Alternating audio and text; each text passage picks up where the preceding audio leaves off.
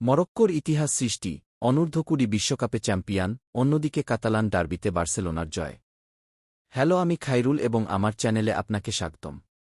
চিলিতে FIFA অনূর্ধ্ব-20 বিশ্বকাপ ফাইনালে আর্জেন্টিনাকে 2-0 গোলে হারিয়ে ইতিহাস গড়ল মরক্কো। ইয়াসির জাবিরির দুর্দান্ত ফ্রিকিক ও নিখুঁত দ্বিতীয় গোলে প্রথমবারের মতো এই শিরোপা জিতে বিশ্ব ফুটবলে নিজেদের শক্ত অবস্থান আরও মজবুত করল উত্তর আফ্রিকার দেশটি।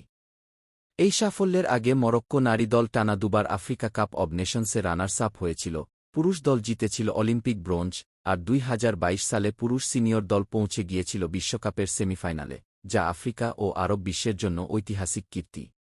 কোচ জাকারিয়া ওয়াবহির দল স্পেন, ব্রাজিল, যুক্তরাষ্ট্র ও ফ্রান্সের মতো পরাশক্তিকে হারিয়ে ফাইনালে পৌঁছায়। দেশীয় প্রতিভা ও ইউরোপে বেড়ে ওঠা মরক্কোর প্রবাসী ফুটবলারদের সমন্বয়ে গড়া এই দলের সাফল্যের পেছনে কাজ করেছে মোহাম্মদ ষষ্ঠ একাডেমির দীর্ঘমেয়াদী পরিকল্পনা। ফ্রান্সের বিপক্ষে সেমিফাইনালে গোলরক্ষক হাকিম মেসবাহির পেনাল্টি সেভ এবং মাম্মার টুর্নামেন্ট সেরা পারফরম্যান্স মরক্কোর দলের গভীরতা ও মানসিক দৃঢ়তা প্রমাণ করেছে। আগামী বড় টুর্নামেন্টগুলোর আগে, বিশেষ করে 2030 বিশ্বকাপের আয়োজক দেশ হিসেবে, মরক্কোর এই সাফল্য প্রমাণ করে তারা এখন বিশ্ব ফুটবলের নতুন শক্তি। অন্যদিকে কাতালান ডার্বিতে জিরোনাকে 2-1 গোলে হারিয়ে জয় পেয়েছে বার্সেলোনা। রোনাল্ড আরাউহোর ইনজুরি টাইমের গোল জয় নিশ্চিত করে, এর আগে পেদ্রির গোলে এগিয়েছিল বার্সা। আপনার সমর্থন আমাদের প্রেরণা। আরও ক্রীড়া সংবাদ পেতে দেখুন, লাইক করুন ও সাবস্ক্রাইব করুন।